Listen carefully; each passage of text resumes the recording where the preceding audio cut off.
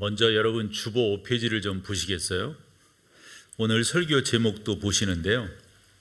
그 위에 제가 시리즈 설교를 할 때 총 주제를 달곤 하는데 혹시 보고 계세요? 포스트 코로나 시대에 뒤처지지 않는 교회 몇 번째죠? 근데 오늘 처음 하는 건데 네 번째라 붙인 이유가 분명히 있겠죠. 코로나 이 때를 지내면서 저는 이제 많은 목회자들이 어떤 목회를 어떻게 해야 될 건가, 그 방법론적인 것들을 꽤 이야기할 때 방법론 그걸 무시할 수는 없겠지만 저는 이럴 때일수록 더 원칙으로 원리로 돌아가야 된다 이런 생각이거든요. 교회에서 2000년을 이렇게 뒤돌아보아도 교회가 어려움을 만났을 때가 꽤 있었습니다. 그때마다 선각자들이 주장했던 것은 성경으로 돌아가자, 원칙으로 원리로 돌아가자 이런 내용이었거든요. 코로나 그리고 포스트 코로나 시대를 이렇게 지내면서 주님의 교회는 그래서 모임이라든가 여러 가지 방법론적인 것들을 이야기할 때 저는 그것보다도 좀 더 원리 원칙으로 돌아가는 게 의미가 있다 해서 앞서서 여러분 그런 설교를 했었어요. 지난 1월 3일 날 목회의 지향성은 무엇이 되어야 할 것인가, 그리고 그 다음 주 10일 날 여러분들이 목사가 목회하는 그 목회의 방향성을 이런 식으로 목회를 해 나갈 것이니까 여러분들이 좀 이해를 해 주세요, 이렇게 설교를 했거든요. 그리고 세 번째 설교를 준비했던 것이 교회는 리더를 개발하는 곳입니다. 한데 그 설교는 하지 않고요, 이번 목요일 우리 사역자 세미나를 할 때 그 내용을 하려고 합니다. 그러면서 이제 네 번째 이렇게 들어가는 거예요. 그래서 저는 교회는 본질적으로 어떤 일을 하는 것이 교회인가, 이런 것을 또 목사는 어떻게 목회를 하려고 하는가, 이런 부분들을 오늘 여러분과 나누면서 좀 본질적인 것들을, 그래서 우리 교회는 기본이 또 기초가 든든한 그런 교회가 되기를 소망함으로 말씀을 나누는데요. 여러분들이 한번 정리를 해보세요. 생각하시는 여러분들의 이상적인 교회는 어떤 교회인 거죠? 다르게 교회는 그럼 무엇을 하는 곳입니까? 이런저런 이야기를 하는데 저는 이렇게 정리를 하거든요. 첫 번째, 교회는 다른 것이 아니라 하나님을 영화롭게 하기 위해서 모이는 거룩한 공동체다. 하나님을 예배하는 거예요. 이것보다 더 중요하고 의미 있는 게 있을까요, 교회가? 두 번째로 생각을 해본다면 교회는 다름이 아니라 오늘 본문이 그것을 말씀하고 있는데, 너희는 가서 모든 족속으로 무엇을 삼아? 제자를 삼아 아버지와 아들과 성령의 이름으로 세례를 주고 당신께서 가르친 것을 뭐하게 하라? 지키게 하라. 이리 말씀을 하셨어요. 그러니까 우리가 흔히 쓰는 용어로 교회는 제자 삼는 일을 한다 하는 거예요. 한데 저는 우리 교회에서 제자 삼는다라는 이런 표현을 잘 쓰질 않죠. 새가족들이 들어올 때 우리 교회가 잘 하지 않는 거, 이상하다 할 정도로 하지 않는 것 중에 하나가 우리 교회는 전도를 잘 강조하지 않는다. 그렇다고 전도하지 말라는 건가요? 우린 일반적으로 축호 전도니 노방 전도니 이런 전도를 하지 않는다 하는 거고요. 왜 교회가 전도를 하지 않겠어요? 우리 교회가 지향하는 전도는 관계 중심적 전도다, 이런 내용이거든요. 내가 가까이 아는 사람을 주 예수 그리스도께로 이끌어가는 것, 인도하는 것, 그러면서 드리는 말씀인데, 전도는 메시지도 중요하지만 뭐가 더 중요하다? 메신저가 중요하다. 누가 어떠한 사람이 전하느냐가 참 중요하다. 이 자리에 오신 여러분 가운데 제가 표현이 좀 어색할 수는 있는데요, 좀 그런 분들에게 전도받아서 이 자리에 오신 분 계세요? 다 나름대로 여러분들이 이 자리에 오셨다면 여러분들이 전하신 그분은 여러분들에게 남다른 분일걸요? 우리가 그렇단 말이에요. 그래서 교회라고 하는 것은 저는 두 가지 목적 가운데 존재를 한다라고 생각을 합니다. 첫째는 말씀드린 대로 우리는 하나님을 영화롭게 하는, 그 영화롭게 하는 하나의 근거로서 예배라고 하는 것을 강조하는 거죠. 교회는 다른 것이 아니라 제자를 삼는 거예요. 우리 주일학교가 잘 되기를 소망하고요, 우리 청년 특별히 잘 세워지기를 소망하죠. 장년인 여러분들이 잘 세워지는 것 얼마나 감사하겠어요. 그렇게끔 교회가 되어져 나아가는 것, 이것이 바로 교회의 존재의 이유인데요, 그것을 조금 더 다듬어서 말씀을 드린다면 사랑하는 성도 여러분들이 예수 그리스도를 닮게 하는 것, 이것이 교회의 또 중요한 목적일 것입니다. 성경 가운데를 읽어보죠. 로마서 8장 29절입니다. 같이 읽어보세요. 하나님이 미리 아신 자들을 또한 그 아들의 형상을 무엇하기 위해서? 본받게 하기 위하여 여러분들을 부르셨다 하는 거예요. 부르신 여러분들을 맏아들로 세우려 하신다. 이 맏아들이라고 하는 것은 그리고 난 다음에 또 있고 또 있고 또 있고, 이게 제자 삼는 일이에요. 근데 중요한 것을 하이라이트 했죠. 그 아들의 형상을 본받게 하려 한다. 그 아들은 누구입니까? 예수이시죠. 보네포의 시에 곡을 붙여서 우리가 많이 하는 찬송이기도 합니다. 하나님의 꿈이 나의 뭐가 되고요? 비전이 되고, 예수님의 인격이 나의 성품이 되고, 그래서 신앙생활 성질로 하지 말고 성품으로 하십시오, 이런 말씀을 드려요. 그 다음에 성령님의 권능이 나의 능력이 되기를 바라고 원하고 기도한다. 그런 거 아니에요, 여러분. 하나님의 꿈이 나의 비전이 되고, 이 찬양 하잖아요. 그러니까 교회는 다름이 아니라 예수 그리스도를 본받고 예수 그리스도를 쫓아가는 그러한 공동체로 세워간다 하는 겁니다. 이런 일들을 우리가 계속해야 되는데, 예를 들어서 여러분들은 직장에 속해 있고 또 사업도 하시고 치열한 경쟁 가운데 살아가고 계시다라고 제가 믿어요. 그렇게 어느 정도 알고 있고요. 그래서 일반적으로 사람들은 어떠한 삶의 원칙과 가치 속에 이제 교회 바깥에서 살아가는가 좀 소개를 해본다면, 리차드 앤 볼스라고 하는 사람의 책이 우리나라에 여러 권 소개되어 있는데, 그 첫 번째로 당신의 파라슈트는 어떤 색깔입니까? 라고 하는 책이에요. 이 파라슈트라고 하는 말은 우리가 일반적으로 낙하산인데요, 우리가 나에게 있어서 안전 도구는 뭐냐, 나의 우리가 흔히 말하는 비행기를 타거나 배를 타거나 그러면 구명조끼 있잖아요. 그런 것을 이야기하는데, 색깔이라고 하는 것을 통해서 잘 준비되고 있는가, 안전한가, 이런 거예요. 이 리차드 볼스가 하려고 하는 말의 의미는 그런 거더라고요.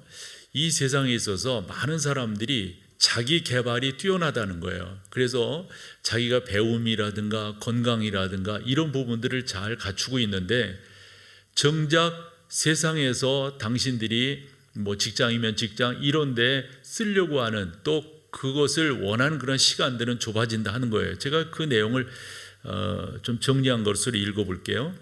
시대가 오늘날처럼 급격히 변화하는 사회 속에서 현재 종사하고 있는 직업과 직장에 어떤 변화가 일어나는지 아무도 모른다. 소위 평생 직장이라는 말이 사라진 지 오래되었다. 어제까지 다른 사람의 직업 상담을 해주던 사람이 오늘은 거리에서 직장을 찾아 헤매는 신세가 될 수도 있다. 그러나 불행하게도 그들 또한 뾰족한 대책을 갖고 있지 않다. 이런 말이에요. 그러니까 상담도 하고 조언도 하고 그러는, 정작 그런 것이 자기에게 미쳤을 때 어떠한 방책이 있느냐 하는 겁니다. 이분이 이런 말을 했더라고요. 미국 사람들의 평생에 있어서 이 직업을 바꾸는 횟수를 이야기하는데 평균 한 8번 정도 바꾼대요. 근데 제가 지금 4년도로 기억이 되는데요. 제 프로그램에 꼭지로 들어왔던 한국경제개발원에 계셨던 분이 계세요. 그분이 들어오셔서 어떤 이야기를 우리가 부탁을 한 거냐면, 저는 그때 사회를 보고 있었는데 MC를 하고 있었는데, 그분이 오셔서 이런 말씀을 해주셨으면 좋겠어요 라고 부탁을 했던 게, 크리스찬들에게 좀 조언을 해 주십시오, 팁을 좀 주십시오.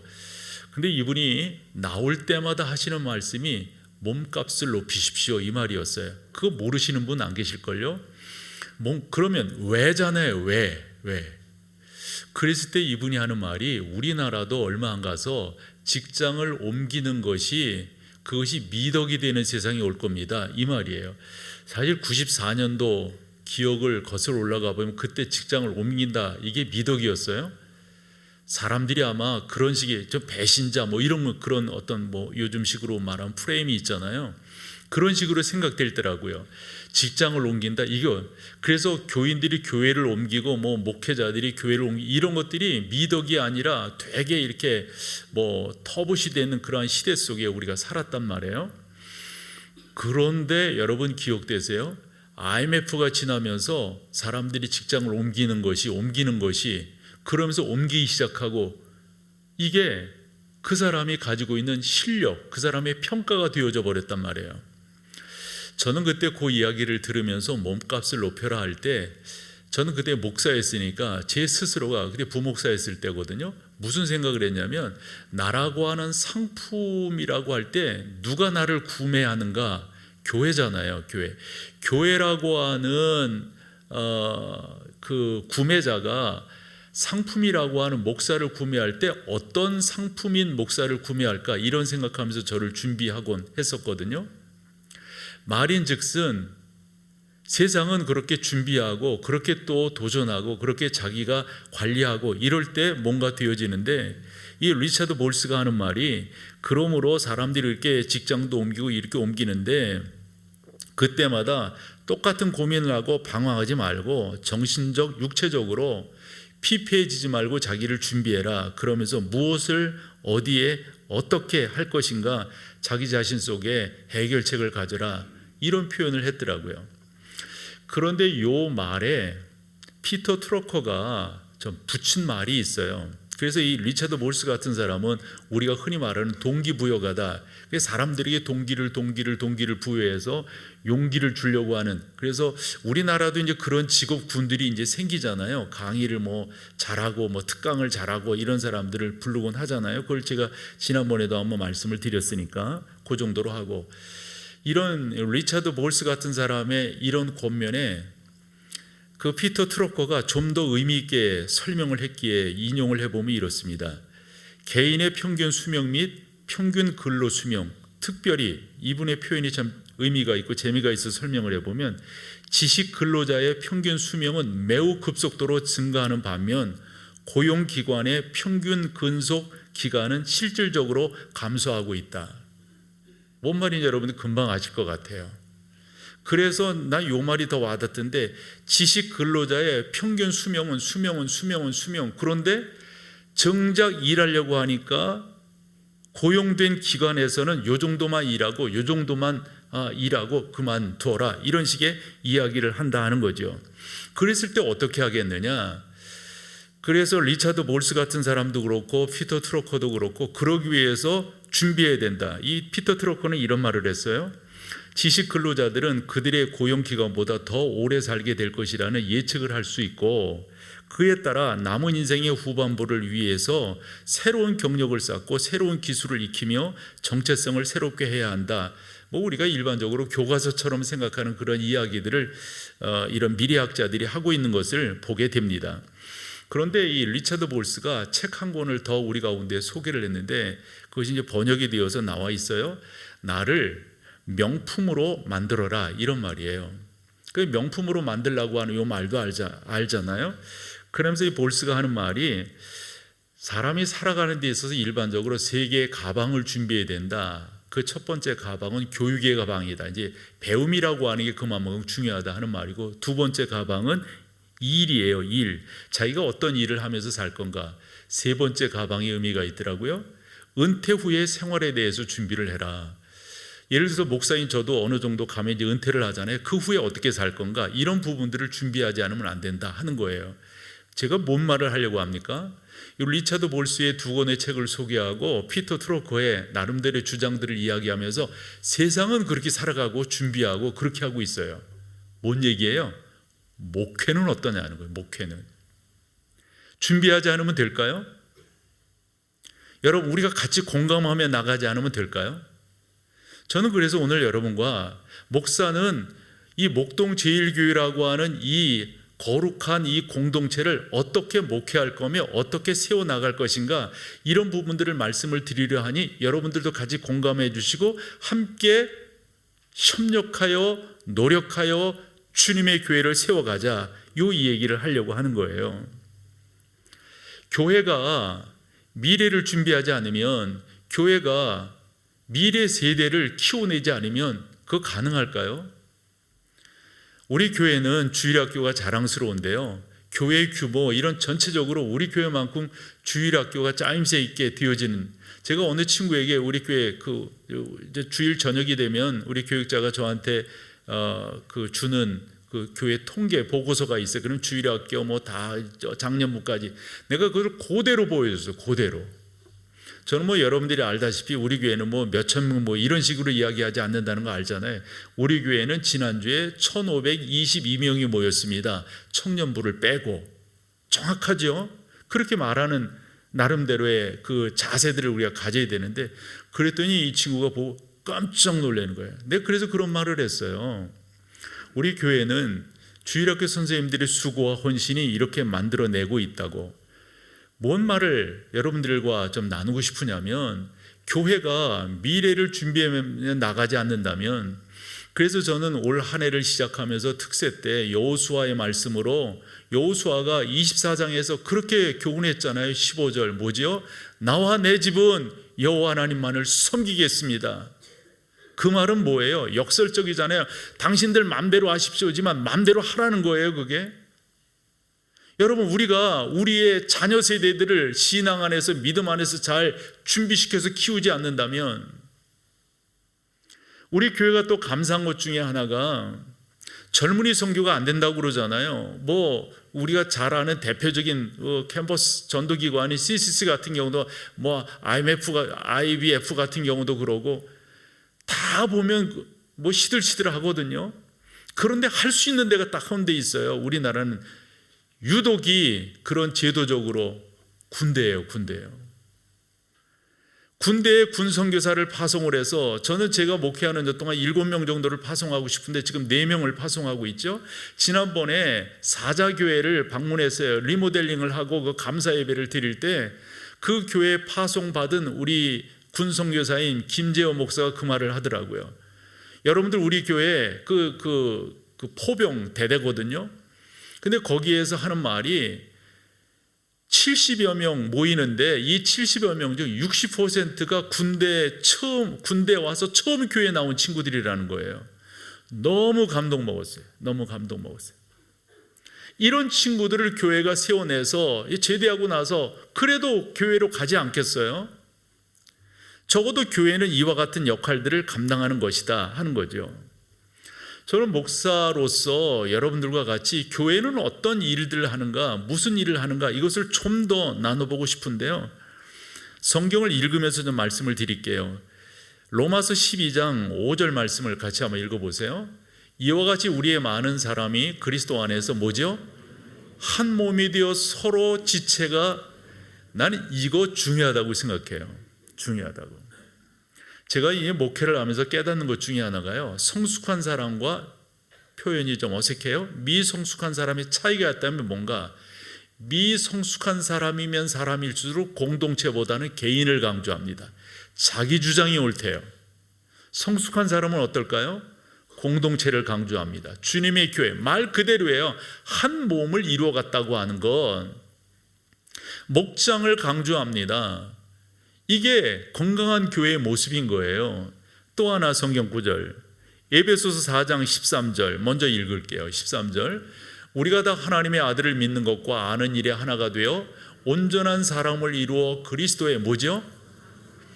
교회가 존재하는 이유는 성장시키는 거예요. 여러분들을요, 다르게 성숙시키는 거예요. 내면과 외적인 모습이죠. 성장과 성숙은. 교회는 바로 여러분들의 성숙함을 지원하고 성숙할 수 있도록 교회는 가르치고 교훈하는 그러한 역할들을 교회가 감당하는 거죠. 그 다음에 13절을 봤는데 그 앞에 12절을 볼게요. 12절은 뭐라고 되어 있습니까? 이렇게 하는 이유가 뭐냐? 성도를 온전하게 하여 봉사일을 하게 하며 그리스도의 몸을 세우려 합니다. 중요한 표현이 온전하게 한다는 말이에요. 저 온전하게 한다는 어근을 살펴보면 뼈가 부러졌는데 이 뼈가 부러진 거 그대로 놔두면 어떻게 되겠어요? 안 되잖아요. 이걸 맞추는 거예요. 저 정형외과적인 그런 표현이거든요. 그게 온전하게 하는 거예요. 성도들이 많이 모이는데 이 많이 모인 성도들을 어떻게 양육해서 그 다음에 그것을 끝나는 게 아니라 뭐죠? 봉사일을 하게 하는 거예요. 봉사일을 하게 하는 이유는 어디에 있어요? 주님의 교회인 공동체를. 생각해 보세요. 적어도 목동제일교회가 이렇게 운영되어져 간다고 하는 것은 누군가의 헌신이 곳곳에서 이루어지기 때문입니다.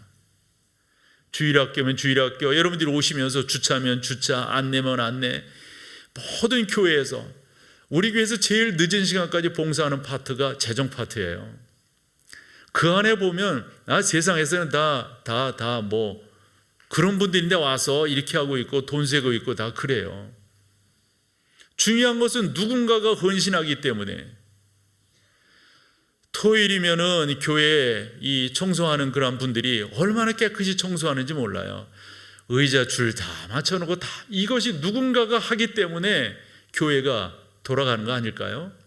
그렇게끔 성도들을 훈련시켜서 봉사하게끔 하고 그 봉사를 통해서 교회 이 온 몸이 세워져 가는 것, 바로 그런 역할들을 우리가 하는 거란 말이죠. 그러면서 교회는 선순환적인 역할들을 해야 되는데 그것을 끝나는 것이 아니라 보내지는 거예요. 또 보내지는 거예요. 이걸 다르게 표현하면 제자를 생산하는 거죠. 낳는 거죠. 이것을 우리가 사도행전 1장 8절을 통해서 알 수가 있습니다. 같이 읽어보죠. 오직 성령이 너희에게 임하시면 너희가 권능을 받고 예루살렘과 온 유대와 사마리아와 땅끝까지 이르러 내 증인이 되리라 하시니라. 여러분, 우리가 세상 말로도 이런 말하죠. 수신제가 치국 평천하 그러죠. 수신이, 여러분들이 성숙되어져야 합니다. 그 다음에 집안을 복음화시켜야 됩니다. 집안.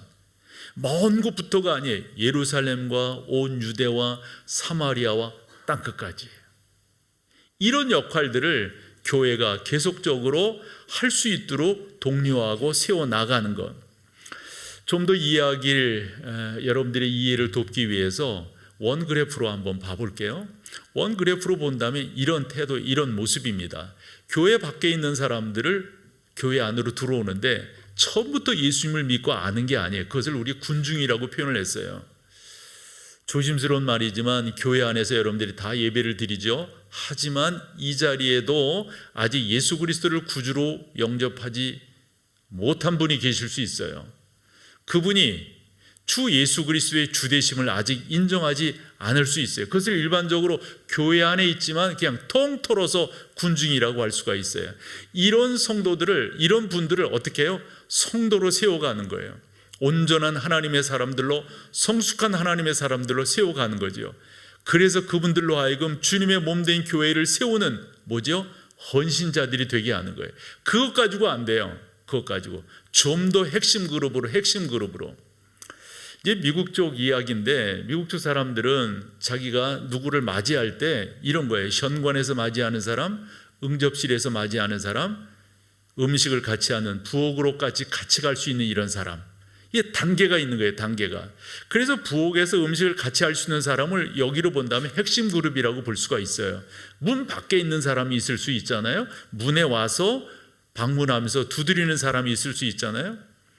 저는 여러분들이 일반적으로 성도, 그 다음에 헌신자, 더 나아가서 핵심 그룹에 이르게끔 목사는 그런 목회를 해야 되는 것이니까요. 그래서 여러분들을 좀 더 저는 교회에 성도들이 등록하면 새신자 교육을 할 때 새신자 교육을 하면서 여러 가지를 하지만 그중에 우리 교회가 안 하는 것에 대해서 몇 가지 말씀을 드려요. 좀 전에도 말씀을 드린 것처럼 전도에 강조하지 않아요. 그 전도라고 하는 게 강조한다고 되고 강조하지 않는다고, 그게 아니에요. 저도 경험한 바로 보면 성령의 제안에 저를 지배하면 당연히 그걸 하게 되어져 있어요. 그러면서 그런 이야기를 안 하는 이유가 뭐냐면 저는 그 20대 80, 이 팔레토의 법칙을 믿기 때문이거든요. 20%의 사람이 80%의 사람을 먹여 살린다라고 하는 이태리 경제학자 팔레토가 그런 말을 했어요. 저는 그것을 바꿔서 할 수 없는가 하는 거예요. 80%의 사람이 열심히 일하고 20%의 사람이 그저 군중이나 성도로 있는 것, 이게 건강한 교회가 아니겠는가. 저는 그런 생각을 갖고 목회를 해 나가고 있습니다. 그렇다면 본론적으로 가서 어떻게 이와 같은 군중을 핵심 그룹으로 키워낼 수 있는가, 목회적 전략은 뭔가, 이걸 여러분과 조금 나눠보려고 하는데, 남자들이 군대를 가잖아요. 처음에 갈 때는 흔한 말로 오합지졸이죠. 뭐 진짜 당나라 군대가 따로 없죠. 그런데 어떻게 해서 정의 군대로 만들어집니까? 훈련을 통해서. 저는 교회가 똑같다라고 생각합니다. 교회는 훈련을 통해서 성숙이 도모되어지고 그 성숙이 도모진 사람들이 예수 그리스도의 성품을 좇아서 헌신하고 봉사하는 것, 이것만큼 중요한 것이 없다라고 생각합니다. 주보 페이지를 한번 봐보세요. 본론으로 들어가서 크게 두 번째죠. 성장 과정들입니다. 제일 중요한 것은 여러분, 교회는 자꾸 예수님을 이야기해야 됩니다. 예전에 그랬어요. 예전에 뭐 아파트가 어떻고 옷이 어떻고 뭐 자기, 얼마나 유치해요. 여러분, 교회에서는 누구를 이야기해야 된다고요? 예수님을 자꾸 이야기하는 거예요. 예수님의 성품이, 예수님의 인격이 나의 성품과 인격이 되게 해야 된다고요. 여러분, 예수님의 성품만큼 귀한 게 어디 있어요? 그것이 내 인격이 된다면, 그것이 나의 성품이 된다면 자꾸 교회는 예수님을 이야기해야 됩니다. 우리가 신약 성경을 이렇게 보면 변화된 사람들을 많이 볼 수가 있는데 다 한결같이 누구를 통해서 변화된 사람이에요? 예수님을 통해서, 예수님을 만나는 거예요. 가장 대표적인 게 요한복음 3장의 니고데모예요. 요한복음 4장의 수가성 여인이에요. 요한복음 7장에 가서 연못이 동할 때 그곳에 들어가려고 했던 사람이 들어가지 못하고 예수님이 그를 만나서 말씀하셨어요. 걷기를 원하느냐, 낫기를 원하느냐? 당연하지요, 당연하지요. 아무리 그 연못에 들어가기를 원한다 할지라도 그게 되는 게 아니라 예수 그리스도를 만나야 되는 거예요. 그때 그가 고침을 받고 나음을 받는 것을 볼 수가 있습니다. 교회는 철저하게 예수님을 이야기해야 됩니다. 예수님을 이야기하면 사람이 변화되게 되어져 있습니다. 우리를 변화시키는 것은 삼강오륜이 아니에요. 사서삼경이 아니라고요. 도덕적 규칙들이 아닙니다. 우리를 변화시키는 것은 예수님이시고 예수님의 말씀입니다. 에베소서 1장 18절을 같이 읽어보겠습니다. 함께 합니다. 너희 마음의 눈을 밝히사 그의 부르심의 소망이 무엇이며 성도 안에서 그 기업의 영광의 풍성함이, 이런 것을 알려고 노력해요. 예수 그리스도를 옳게 만난 사람은 예수님 안에서 꿈을 꿉니다. 예수님 안에서 그 풍성함을 경험하려고 노력하고 애쓰고 수고합니다. 오늘 아침도 1부, 2부 예배를 인도하면서 이 말씀이 저에게 준 메시지에 대해서 함께 나누었어요. 지금도 이 말씀은 저를 뜨겁게 만들어요.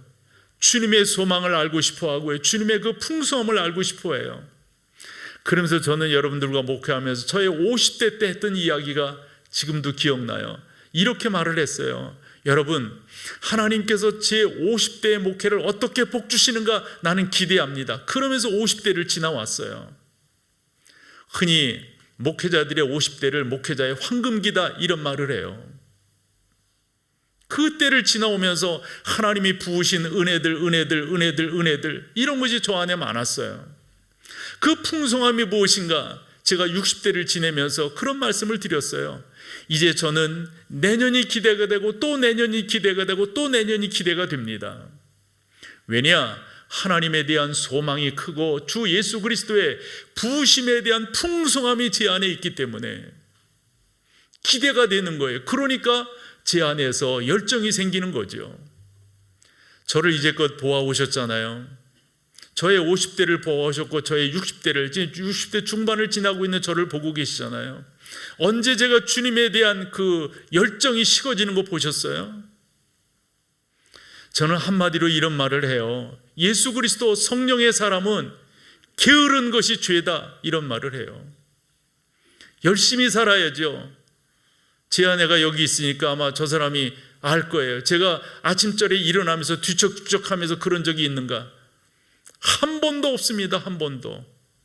정확하게 일어나서. 왜냐? 주의 부르심이 저에게 그만큼 크기 때문에, 그 소망이 분명하기 때문에, 그 풍성함이 어떤 것인가에 대한 기대감이 너무도 놀랐기 때문에 저는 사랑하는 여러분들을 그렇게 독려하고 싶어요. 그렇게 키워가고 싶어요. 저 이런 말도 많이 했어요. 나는 목사 되기를 잘했다고, 너무 감사하고 행복하다고. 나 그런 이야기 새벽 시간에 많이 해요. 새벽 시간에. 어떤 놈이 새벽 예배 만들었어? 그 어떤 놈이 누구예요? 너무 감사하지 않아요, 여러분? 너무 감사하지 않아요?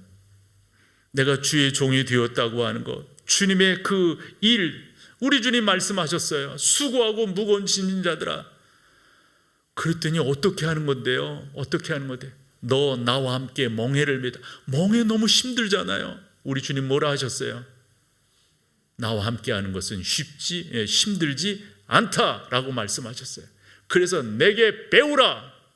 이것을 아는 저는 저 자신이 그 길을 달려가고 싶고 여러분들과 그 길을 같이 가고 싶은 거예요. 정말 우리 교회는 등록이 되어서 함께 신앙생활을 할 때 그냥 이렇게 대충 교회만 왔다가 가는 그러한 성도들이 아니라 좀 더 깊이, 그래서 성령을 체험하고 신앙 안에서 깊이 있는 사람들 이렇게 보면은 함께 하기를 좋아해요. 그래서 여러분, 교회는 공동체인 거예요. 근데 함께 하기를 왜 좋으냐면 예수님을 나누는 것이 기쁘기 때문에, 감사하게. 또 뭐가 좋냐면, 뭐가 기쁘냐면 상대방이 예수 그리스도 안에서 세워져 가고 키워져 가는 게 너무 감사한 거예요. 그런 맛을 아는 거예요. 맛을 아는 거. 여러분, 목회가 감사한 게 바로 그런 거예요. 그래서 신앙생활을 잘하는 사람들은 공동체 안으로 그래서 헌신하고 봉사하고 또 다른 사람을 키워내고 또 다른 사람을 세워주고, 우리 목동제일교회는 그런 교회가 되기를 소망하는데, 성경 한 군데를 또 읽어요. 로마서 12장 5절입니다. 같이 한번 읽죠. 이와 같이 우리 많은 사람이 그리스도 안에서 한 몸이 되어, 그러니까 있잖아요, 정말 건강한 교회는요 서로 지체가 되었다고 하는 걸 인정하는 거예요. 아니, 손이 발 보고 내가 더 잘났어 이렇게 말을 해요? 발이 손 보고 네 잘났다 이래요? 이게 성숙하지 못하면요 키재기 한다고요. 그 키재기가 도토리 키재기죠. 성숙한 사람들은 서로 인정하고 격려하고 보도듬어주고 그런 역사들이 일어난단 말이죠. 그래서 크게 네 번째로 우리 교회는 이 교회라고 하는 이 공동체에 헌신하는 그런 사람들을 더 많이 세워가고 만들어내는 그러한 교회가 되기를 소망하는 거죠. 이 말 오해하지 마세요. 신앙생활 여러분 예배로 되는 게 예배만으로 되는 게 아니에요. 이것 말이죠. 이것만으로 되는 게 아니에요. 신앙생활은 여러분의 삶이 예배가 되어야 하고요. 정말 귀하고 아름다운 신앙생활은, 새가족들이 오면 그런 말을 하죠. 여러분들이 다 성숙하기 위해서 그 기대감을 갖고 우리 교회에 등록을 하셨는데, 목사로서 팁을 드린다면 여러분들에게 좋은 멘토가 있어야 됩니다. 교회 안에 있으셔도 좋지만 우리 교회가 아닌 다른 데 있어도 좋습니다.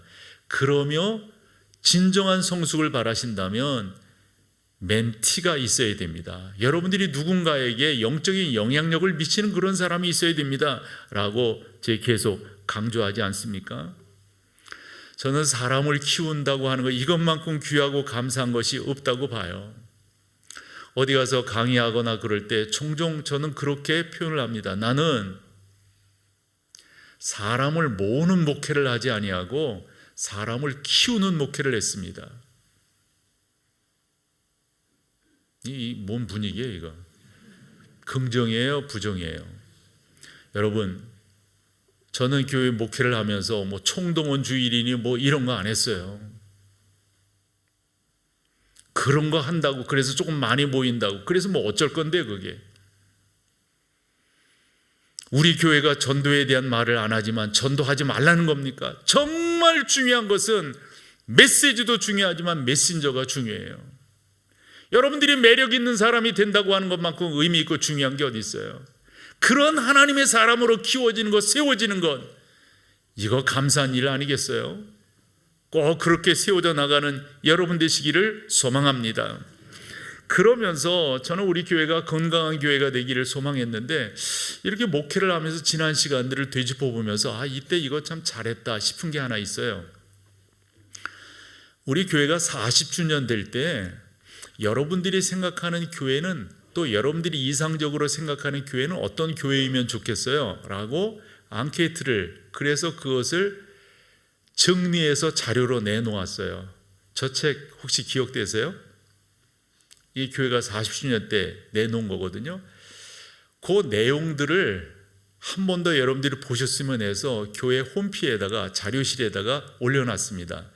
저렇게 여러분들이 들어가시면 자료실에서 볼 수가 있고, 저 내용을 클릭하시면 그 안에 내용들이 어떠한가 하는 것들을 쭉 저렇게 PDF 파일로 되어져 있으니까 다운받으셔도 됩니다. 그래서 보시면은 성도들이 이런 것들을 원하면서 우리 교회가 이렇게 세워지기를 원했구나. 그게 지금부터 6년 전 아니에요? 40주년 때니까. 그러면서 여러분들에게 자신 있게, 목사로서 자신이라고 표현이 그렇지만 봐주십시오라고 하는 것은 진짜 우리 교회가 그렇게 커왔는가, 그렇게 세워져 왔는가. 보세요, 여러분, 보세요. 보시고 그것에 대해서 여러분들이 평가해 주세요. 적어도 목사는 그렇게 목회를 해왔는가, 우리 교회는 그렇게 컸는가, 이렇게만 이야기하려고 제가 저 얘기했을까요? 이 얘기 때문에 그래요. 나도 여러분들에게 이런 교인이 되었으면 좋겠어요 라고 바라는 게 있다니까요. 적어도 여러분들이 예수 그리스도, 그분을 만났으면, 그분이 여러분들의 구주이시고 주인이시면 그 가운데 예수님을 닮아가셔야 되잖아요. 예수님의 성품이 여러분들의 인격이 되어야 되잖아요. 하나님의 꿈이 여러분들의 비전이 되어야 하고요. 성령 하나님의 권능이 여러분들의 능력이 되어야 하지 않을까요? 이건 그저 어떤 보네포라고 하는 사람의 시예요, 이런 것으로 그냥 이야기하고 그 몇 마디 찬양으로 끝날 게 아니지, 그런 식의 우리의 모습이 되어져야지 않을까요? 우리 교회는 철저하게 서로를 인정하고 서로를 세워주는 소그룹이 발전하기를 소망해요. 이 책도 제가 많이 했고 우리 사역자들에게 여러 번, 그래서 셀교회란 무엇인가 라고 하는 책도 여러분들에게 좀 보여드렸어요. 그렇게끔 여러분들이 나가셔야 돼요. 그렇게 자꾸 소그룹이 잘 세워지는, 이 공동체가 잘 세워지는 그런 모습으로 나가셔야 되는 거죠. 그러면서 우리 교회는 서로를 살피고 서로를 돕는 그러한 관계 중심적 교회가 되는 것, 관계 중심적 소그룹이 되는 것, 전인적 소그룹이 되는 것, 이런 것들이 너무도 귀하고요. 또한 이런 부분들을 우리는 강조합니다. 은사 중심적 목회를 한다 하는 거예요. 그래서 우리 교회 주보 2페이지 비전 4번째 항목을 보면 그 가운데 소그룹이 가져야 될 질적 특징들이 있는데, 그 질적 특징, 그것을 80점 이상이 되게 하겠다. 80점 이하로 내려가 보면 그 부분이 누수 현상이 생겨서 교회의 역량이 글로 흘러가서 세워져 버리거든요. 그런 부분들을 잘해서 교회가 교회로서의 역할들을 잘 감당할 수 있도록 하겠다. 그러기 위해서 7번째로 성도들을 무장시키는 겁니다. 훈련시키는 겁니다. 하나님의 사람으로 단단하게 돈독하게 세워나가는 겁니다. 쉽게 표현하면 영적 무장입니다. 이단에 넘어가지 아니하고 그릇된 진리에 빠지지 않도록 오직 예수 그리스도, 그분이 나의 생명이신 것을 분명히 고백하며 나아가는, 바울이 디모데에게 한 말이 있습니다. 디모데후서 3장 17절입니다. 같이 읽어보죠. 이는 하나님의 사람으로 온전하게 하며 모든 선한 일을 행할 무엇을요? 아멘. 아멘. 이런 능력을 여러분들이 갖추어서 주님의 교회를 세워가는 겁니다. 나는 우리 교회가 이런 교회가 되기를 소망해요. 교회는 야단치고 막 이러면 난 그건 안 되는 집안이라고 생각해요. 교회는요 격려하는 곳이 돼야 돼요. 교회는요 계속해서 감싸 안는, 그리고 위에 그 어머니 품과 같은 거 있잖아요. 여러분 그 장발장 그 글도 보셨고 영화도 보셨을 터인데, 장발장이 그래가지고 들어가 있다가 도망가게 되잖아요. 도망가면서 그가 피해서 수도원에 들어가게 된다고요. 근데 거기서 장발장이 그 은촛대를 이제 가져가잖아요. 경찰에 잡혔어요. 어디서 났느냐? 그럴 때 그 교회까지 오잖아요. 그때 그 신부가 경찰에게 뭐라고 말해요? 이거 내가 준 거라고, 훔쳐간 건데. 난 교회는 이런 곳이 되어야 한다라고 생각하죠. 모르겠어요. 제가 여러분 뭐 그럴 자격도 없지만 야단친 적이 있어요? 교회는 여러분 격려하는 곳이어야 돼요. 교회는 감싸 안아주는 곳이어야 합니다. 누가 이곳에 오든지 간에 저는 그렇게 배웠고 그렇게 목회를 했습니다. 여러분들 주변 사람들을 자꾸 격려해 주세요. 위로해 주세요. 세워 주세요. 이게 교회가 하는 일이에요. 다른 거 하지 마시고요. 로마서 12장 11절을 읽어보겠습니다. 같이 한번 읽어보죠. 형제를 사랑하여 서로 우애하고 존경하기를 어떻게 해요? 서로 먼저 하라고요. 서로 먼저 하라고. 그 뒤로 보면 부지런하여 게으르지 말고 열심을 품고 주를 섬기라 그랬어요. 그래서 아까 게으름에 대해서도 제가 갖고 있는 생각을 말씀을 드렸습니다. 교회는 계속해서 서로 우애하고 존경하기를 서로 먼저 하는 것. 이것뿐만 아니라 목회자들에 대해서도 또 목자들에 대해서도 여러분들이 이런 자세를 가져야 됩니다. 히브리서 13장 17절입니다. 같이 읽어보죠. 너희를 인도하는 자들에게 순종하고 복종하라. 그들은 너희 영혼을 위하여 경성하기를 어떻게 해요? 자신들이 청산할 자인 것 같이. 하나님, 이런 교회를 만들어 주세요. 이런 성도들을 세워 주세요. 이렇게 목회해 나갈 수 있도록 도와주세요. 끝까지 그렇게 나갈 겁니다. 여러분은 그런 교회에 소속되어 있는 복받은 성도들이고, 저는 이 참 귀한 성도들과 행복하게 목회하는 목사인 거예요. 우리는 서로 격려하고 서로를 세워주고 서로 주 안에서 은혜를 덧입기 위하여 함께 나아가는, 함께 지어져가는 그러한 교회입니다. 저는 끝까지 여러분들을 격려할 것이고요, 악한 영의 세력이 여러분들을 감히 침범하지 못하도록 붙들 겁니다. 그리고 여러분들을 세워갈 겁니다. 성령의 사람으로 세워갈 거고 능력의 사람으로 세워갈 거고 하나님의 놀라운 은혜를 힘있고 증거하는 그러한 하나님의 사람들로 세워갈 겁니다. 그런 은혜가 우리 가운데 넘쳐나기를 축복합니다. 다 같이 자리에 일어나셔서 마지막 찬양으로 고백하며 나가겠습니다.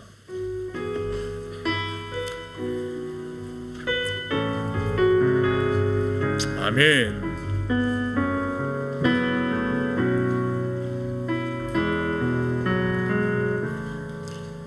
주 부르심 따라 예수 이름 부르며 나의 인생을 드렸네. 사람들 이해 못하고 결과 어떠하든지 주만 따라가기 원했네. 이제와 돌이켜보니 그저 부끄러울 뿐 모두 다 주의 은혜라. 벼랑 끝에 선 나를 주의 소리 이끌어 여기까지 인도하셨네. 하나님 사랑 날 떠나지 않고 끝까지 사랑하셨기에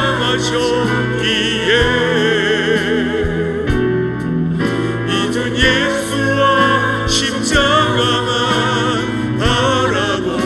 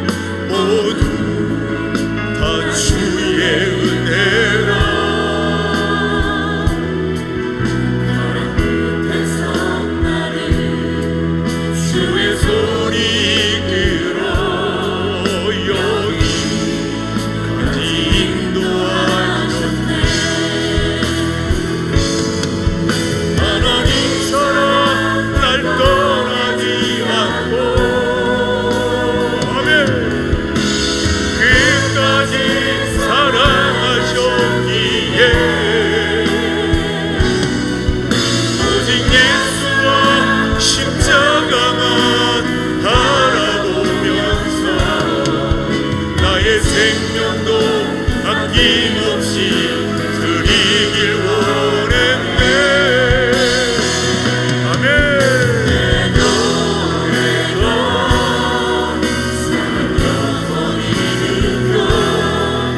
다시 살게 하는 내가 되니 주의 착한 일꾼이라 칭찬받기 나오고. 우리 한 번 더 합니다. 하나님 사랑,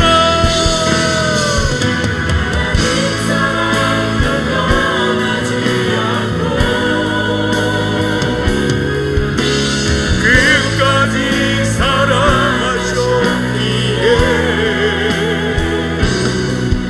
오직 예수와 십자가만 바라보면서 나의 생명도 아낌없이 드리길 원했네. 내 노래가 사명권 일으켜 다시 살게 하는 노래가 되니 주의 은혜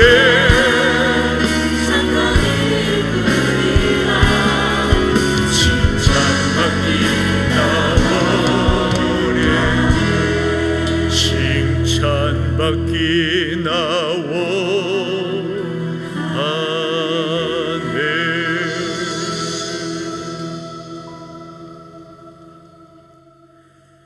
우리 주 예수 그리스도의 은혜와 아버지 하나님의 그 크신 사랑하심과 성령 하나님의 인도하심이, 하나님 귀한 사람들입니다. 주님께서 핏값으로 사신 주님의 사람들입니다.